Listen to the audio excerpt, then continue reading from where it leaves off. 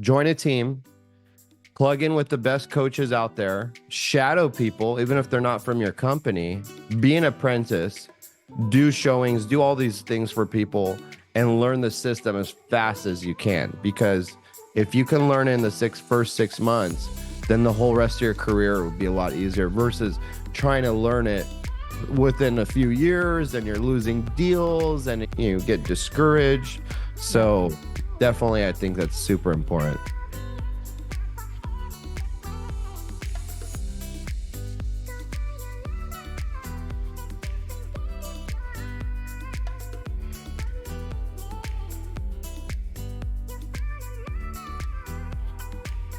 Welcome to the Raquel Show. This show is for entrepreneurs who want to play bigger in business and in life. And as many of you guys know, I love bringing people on this show that love to play bigger. And today I have a special guest who I actually first met probably through a DM or on social media. And he is the founder of Larijani Group, a real estate team that service the Bay Area as well as the Las Vegas market. He is known for his customer follow-up and he utilizes special technology. And I cannot wait to have this conversation. So welcome to the show, Omid Larijani. Thank you. Thank you for having me. So I want to dive in. Why are you so passionate about customer follow-up? I think that being a realtor, it's not just about the sales. I think it's about the customer touch and customer service. And I always like to think that I'm I'm getting a salary of some sort. I'm not really there with commission breath. So buying a home is one of the most important transactions in our entire life.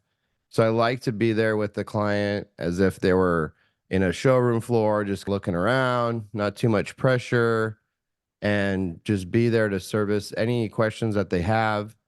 And typically it takes about 6 months to a year or 2 years, and sometimes even longer to purchase a home. So with that customer first mentality, you're not going in with just the sales. Oh, I need to close this deal today, tomorrow. So it does make a lot difference for the clients. And a lot of my clients have told me that you're the most patient agent I've ever worked with. Our last agent showed us 3 homes. They pushed us to try to pick one of them. I told them I'll show them as many homes as they like, and I'll write as many offers as they like. And hopefully it's not a crazy amount of offers, but sometimes we have to do it. Sometimes you definitely have to do, especially in a market where there's very low inventory. So let me ask you, why do you think and see so many agents make mistakes when it comes to follow-up? Like they always say, the money's in the follow-up, but very few agents actually have systems that can actually follow up. Yeah, that's probably one of the biggest pain points in our business is that the follow-up, it takes roughly what they were saying previously, I would say pre-pandemic levels, 17 touches to get a client. I think it's now well above 30 because of the market economy and just so much going on in our industry that people are going to need a lot more hand holding. And we use a system called Follow Up Boss. It has the word right there in it. And yet a lot of people fail to even open up their CRMs. So I think that the follow up, definitely there's the money in the follow ups. I've followed up for people for years. I'm still following up with people that may or may not ever work with me, but I put on myself to make sure that I'm there no matter what, because there is that one time that they're going to say, you know what, let's do this. So you have to be top of mind. You've got to constantly be there with the market updates. During COVID was just a crazy time. We weren't calling and talking about interest rates or purchase profit. We're actually calling to say, do you need anything? Do you need hand sanitizer? Do you need gloves? Do you need food? So it changes constantly, whether you're following up about a home or you're just following up on them to see how they're doing. Either way, the clients really do appreciate it that you're there for them, because when you're not there for them that one time, that could be that chance that they're going to go work with someone else. Yeah, let's talk about that because I think a lot of times I get the question asked often is what do you do when it's like a 2, 3 year follow-up? You don't want to keep calling them and asking them, hey, do we need to make adjustments on your home search? Like you can only say that for so long, right? So what is it that you guys do to change it up? Is it a mix of text, phone, video, pointing them to social? What does that look like? Yeah, so I use an app called Real Scout, which I've had for years. Since I got in my career, I started using Real Scout. I really liked it, the aesthetics, the ease of use. I've had my clients in there forever. What's nice about Real Scout is that you can see as an agent what they're looking at. So it's very collaborative. And in many cases, if I see that they've looked at that property a few times, that could just be an opener right there. Hey, I saw you're looking at this property, or hey, this property came on the market. And I would text them the link and then say, oh, wow, actually, I was thinking about that. Thanks for reaching out. This, that, the other. May not be a good fit, but it's also a nice touch. But as you mentioned, you can do that only so many times until they get bored. So I do like to touch base with them, see how they're doing. And then I talk about the market. Right now, the talk track sounds like, hey, interest rates are looking like they're going to be going down. This is a great window of opportunity. A lot of the experts are saying that by June, July, it could potentially be under 6%, maybe closer to 5%. And when they hear that, they're seeing all this stuff in the news, but it's coming from a real estate professional, then they feel a little bit more comfortable to talk about their situation with me. And in many cases, say, you know what? Hey, we're still saving up. I really appreciate it.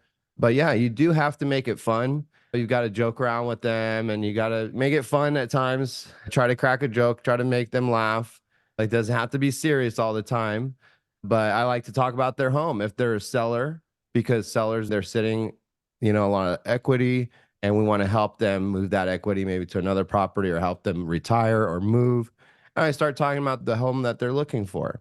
So there's a lot of different aspects, but when it does come to buyer, there's only so much you can talk about. But yes, the videos do help. I have noticed a lot of agents started just texting these videos to their clients. So it's nice to get on there. Hey, just want to let you know I'm still here 3 years later.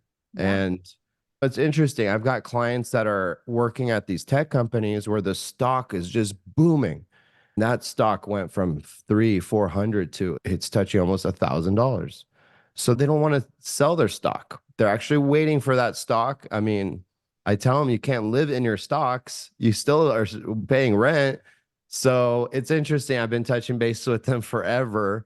I think at one point that stock's going to hit a certain level where it's going to plateau at that level. And so that'll be a great time. But yes, you got to keep an eye on the market. You got to know how some of these stocks are doing. It's also a good touching point. Hey, I saw a stock's doing great. When Yeah. were you thinking of moving? Are you still looking at moving this year or next year?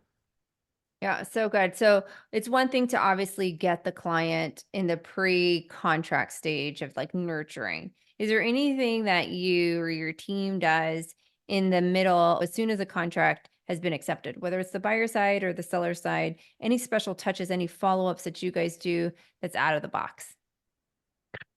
I think that's one of the most crucial points of a buyer when they've never purchased a home before and it's their very first time.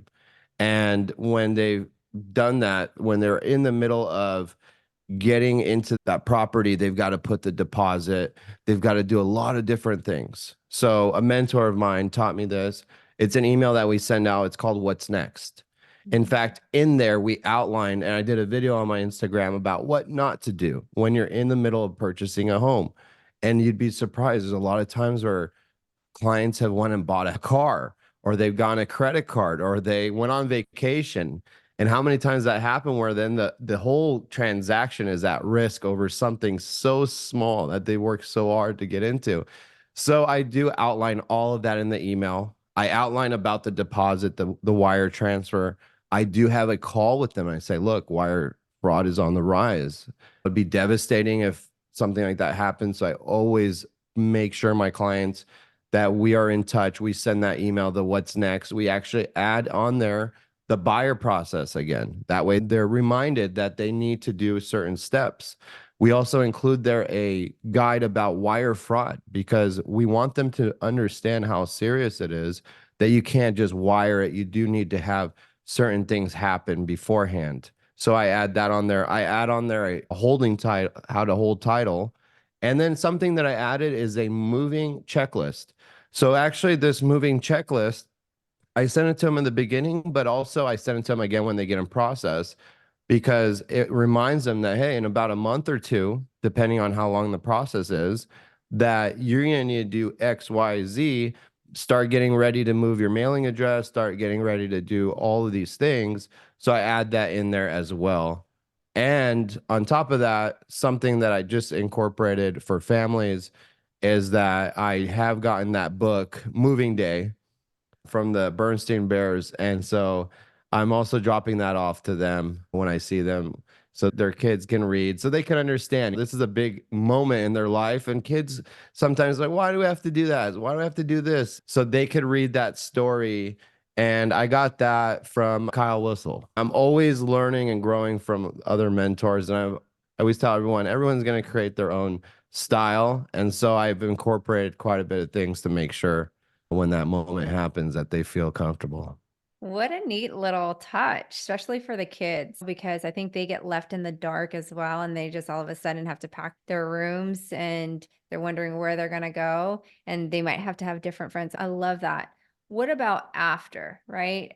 One of the things that I hear so much in our industry is if you were to ask people, who was your last agent that you bought the house with? Many of them can't name them. So is there anything That's that you guys do after you guys close on the transaction?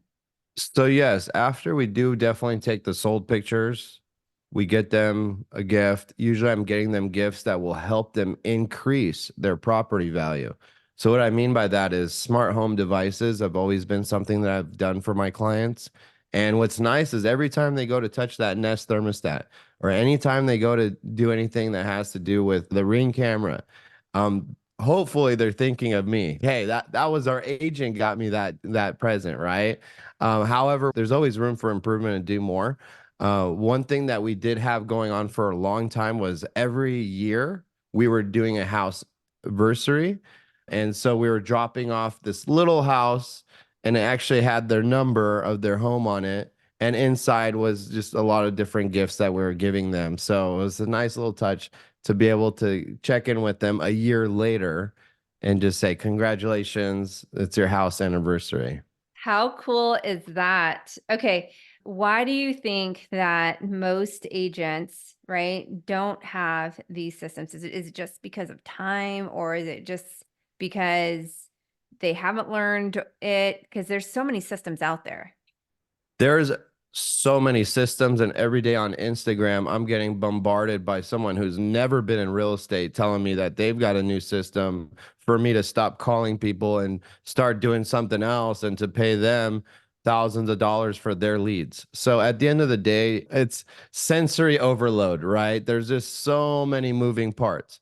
I like to say that I've collected my systems and processes from working with some of the best people in the industry.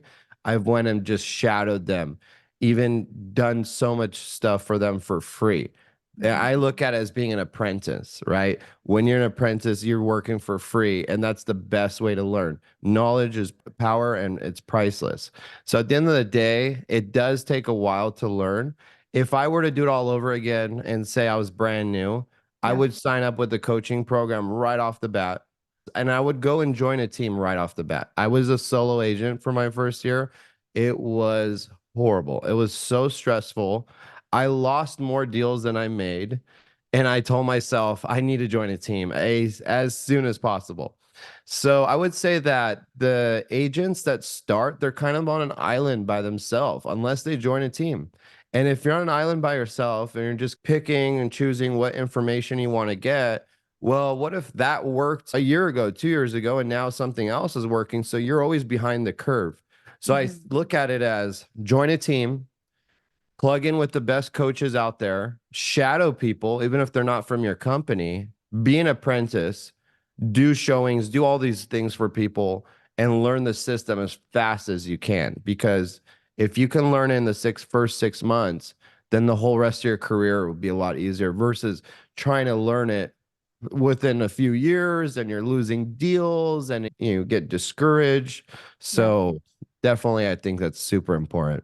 What about when it comes to testimonials, referrals, or anything of that nature? How important are these online reviews, or is that something that you guys have as part of your system?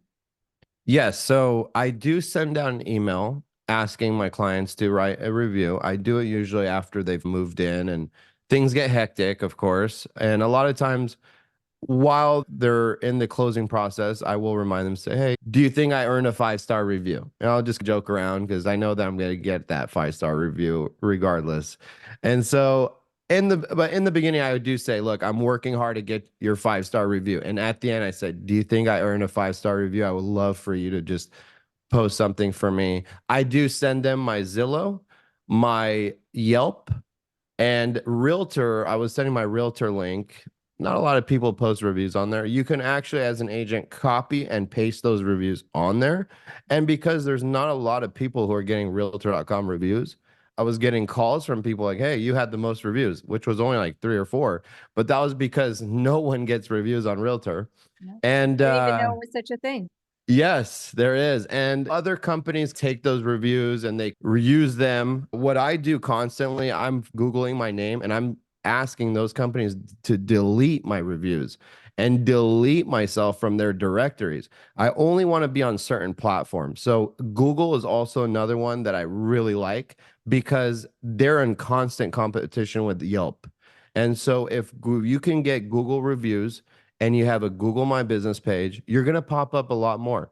You know, how often? I'm not sure because there are people who are paying Google. But when you get Googled, you're going to have your most professional pages showing up first versus, what you did 5 years ago or 10 years ago. So true. So let's talk about apps. I know that like with systems now people are learning about apps and then now there's also AI. So any apps that you would recommend to the agents that are listening or watching this on YouTube? Yes, and I could go on and on. I use so many apps. It's crazy. I had to start a spreadsheet with all the apps that I was using and had to put all my passwords in there until I started using LastPass. So I'm a huge advocate for LastPass. I have seen people struggle just trying to log into their platforms, and it's get rid of that issue, get rid of that struggle. Just download LastPass. LastPass is a vault, saves all my passwords, and I could only imagine there's probably hundreds We have a of spreadsheet, passwords. so I know exactly what you're talking about. And it's shared Yes. between some of the team members. Yes. So I use LastPass. I recently, when I started onboarding people, I would add them to my LastPass family. And that way you can keep it very organized. So whenever we do need to change the password, I don't need to email them, text them, WhatsApp them, or anything and manually change anything because it's updated. I just share that folder with them. So that what I would say is like one of my favorite ones to keep organized and saves me a ton of time. The next one would definitely be a CRM. So I use Follow Up Boss. Now I'm using Chime, which is now Lofty, because we Mhm. get an amazing deal from our company. But I'm also looking at another CRM, which I thought I would never switch CRMs ever. I've had Follow Up Boss since 2018 or 2017.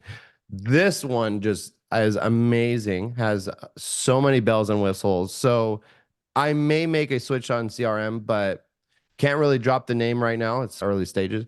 Then from that point it would be all of your real estate listing alert platforms. So I use MLS listings, of course, and I have Real Scout. Okay. And then on top of that, I have all these other apps that keep me organized. And of course, we have all of the Zillow and the Realtor and all that for social media. So to answer your question, there's probably at least 20, 30 apps that I'm using constantly. What's your favorite? Your top three?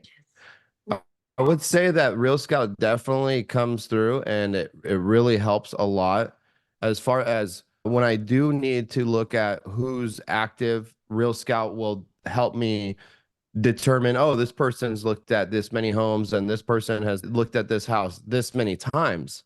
So that helps. I'll give you a quick story. I had ACL surgery on my knee and I was out of commission for over a month.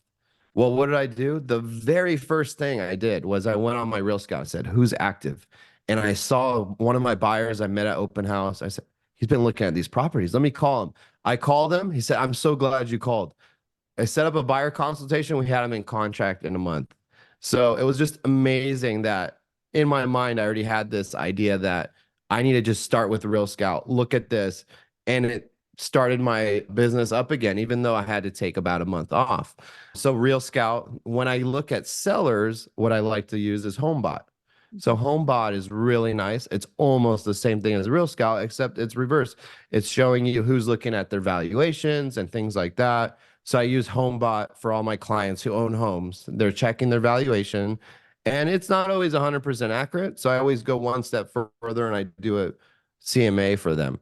And I would say the third app would most likely be my dialing system because we need to be calling people. And I can't just hand dial people all the time. So I plug that in. I use my Real Scout, see who's active. I use HomeBot, and then I call. So those are pretty much my three go-tos. I love it. What about for social media? Do you use anything for social media? So I was looking at I did use an app called Loomly. Okay. And the reason why I used it a couple years ago. And what I like is integrates with Facebook, Instagram, Twitter, LinkedIn, Google My Business, and it can link with so many other ones. So it's you post it once and it just spreads. I don't have the time to sit there and manually post on every single platform. However, I've heard posting it natively, as they call it, I figured that's just going to take way too much time. So I decided, let me go ahead and use this. I'm going to integrate everything and I'm going to post it once and it's just going to go out there. And it actually helped. I would get a coming soon or I just listed or just sold and I would post it in there and it just has this web effect where it just shoots out to everywhere. And it was amazing. And of course, with the reels and videos, you have to post those manually. I don't even schedule them. But I was using Loomly, and now I'm looking at using a few different other apps as well to grow the Instagram and other pages. As a lot of people that are listening to this or watching to this on YouTube, you can tell that this guy has a lot of knowledge when it comes to technology. Let's talk about AI because that's like a hot topic, especially in real estate. Are you guys using anything when it comes to AI? Any favorite AI tools? Yes, my go-to, of course, is ChatGPT 4, not the old one. So I really like ChatGPT. There's so much you can do with it.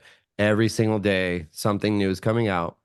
And one thing that I learned from a gentleman that I went to an event at, he said that last year was the experimental phase of AI. This year is the implementation phase of AI. So last year we were introduced to it. Everyone was experimenting. This year everyone's implementing. So I think that's super powerful. I think that ChatGPT has so much potential to grow. He's integrating with so many different apps that will actually build out a spreadsheet to find him the best rental properties integrated with Rentometer, and he'll color code it. So out of a list of 1,000 properties, there's a few of them that just get color coded. He looks at them and he may buy those properties. So there's so many things you can do with that. It's very next level that I'm looking at. I also started with a new company called Deal AI from Alex Mayer, and he actually takes the AI to another level where you can actually create AI marketing creatives, and it looks a little better than Dolly, for example. But I am looking at creating these marketing AI pictures and photos and videos, hopefully, without having to do too much work. The other one is an app that I'm going to get, which is edits all your videos. You could delete anything out of those videos that you want and it just cuts it for you. And then of course someone else can take a look at editing it for you and adding some more, but that's if you wanted to do it on your own. And you could delete anything out of that app. So there's a lot of different AI. I am only using Chat GPT 4 and I'm using HomeBot, which is an AI. I Mhm. did recently start using Revaluate. Mm. So revalue, what's really nice, I've heard about it for years. It gives you a score of the probability of likelihood of them either moving or buying a property. It's tracking their activity on the web using their email. So if you have someone's email, you're plugging it in there and it's telling you there's an 80-90% chance this person's going to move. I'm pretty sure those are the people you'd want to call first, right? Unless you don't have it, you're just going to just smile and dial. I like to be more deliberate and take more advantage of my time and pretty much call the people who are active.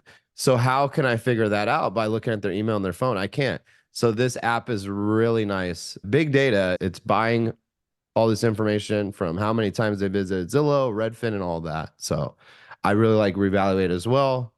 And there's a few others that I'm working on too that are using almost the same type of machine learning and AI tactics.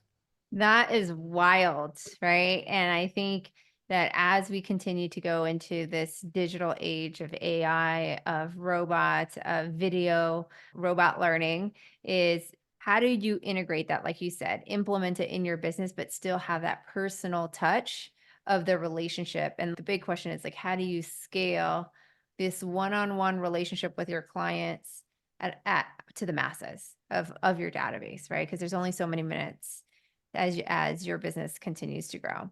Where can people connect with you? I'm You everywhere. dropped a lot of apps, a lot of knowledge. Yeah, I'm everywhere. They can call me, text me, email me. My phone number is super easy. It's 408 4,000,004. So that's my phone number.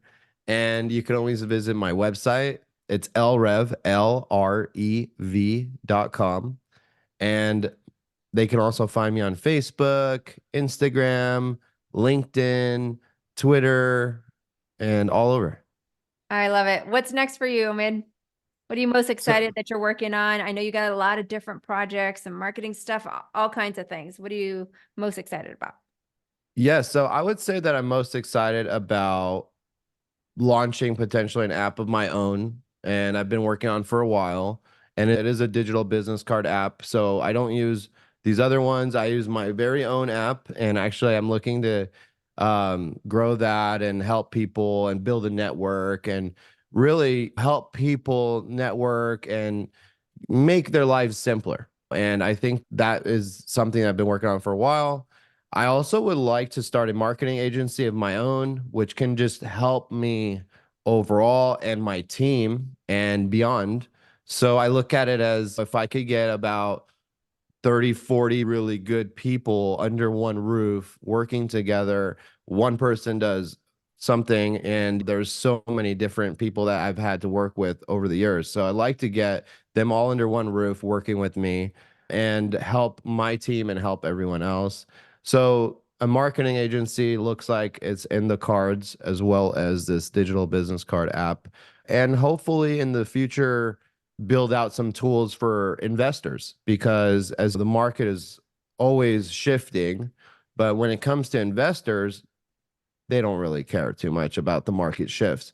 They will take advantage of a lot of different situations. So using AI tools to find those deals for them and for myself, because I would love to flip some homes too this year. That's awesome. As we wrap up, there is always one question that I ask every single person that comes on the show is what does we do to play bigger in business or in life? That's a great question. I think I would have to talk with you more about how to play bigger in that case. I would say that every day I'm looking to be better than I was yesterday.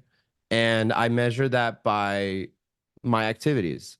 If I'm not doing something, I do use something called a greatness tracker.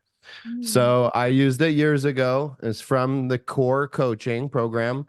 And I just pulled it back up this year, which I hadn't used it for a while. And I love the greatness tracker. It does measure how many people you've talked to and had meaningful conversations, not just, oh, I talked to them and that's it. 17 meaningful conversations a day is my goal. And so I'm getting dialed in with my systems so I could play bigger in the long run. So I'm using the greatness tracker. It does keep track of how many, even just meeting someone for coffee and doing that twice a day, right? And it's called breaking bread, even if you just have a cookie with that person or something. Doing that, pop buys, and we learned so much yesterday on the call that I'm looking to implement and which I've been thinking about to do for such a long time. And it's such an eye opener and how simply she explained it all. So I really appreciate that. So just surrounding myself with people who I would love to grow with and learn from. And of course, you're a combination of the three people you hang out with the most. Birds of the same feather flock together. So I'm looking to play bigger, be around some heavy hitters. I'm stopping by a lot of different people's offices just to see what they're doing. I'm hoping to open an office here soon in our market. So really just help people as much as I can, help them grow. And in return, if you help enough people get where they want, you'll get where you want to go. So good. And I really want to say thank you so much for being on our show today. I appreciate your time. I know you are so busy. You serve different markets, you fly back and forth. So thank you so much. Thank you for all the nuggets and all the apps and all the stuff that you said to our audience. I know some of them will rewind this episode and re-listen or re-watch it on YouTube. So thank you so much. And I can't wait to keep supporting you in playing bigger. Thank you so much for having me. I truly appreciate it. Have a wonderful day.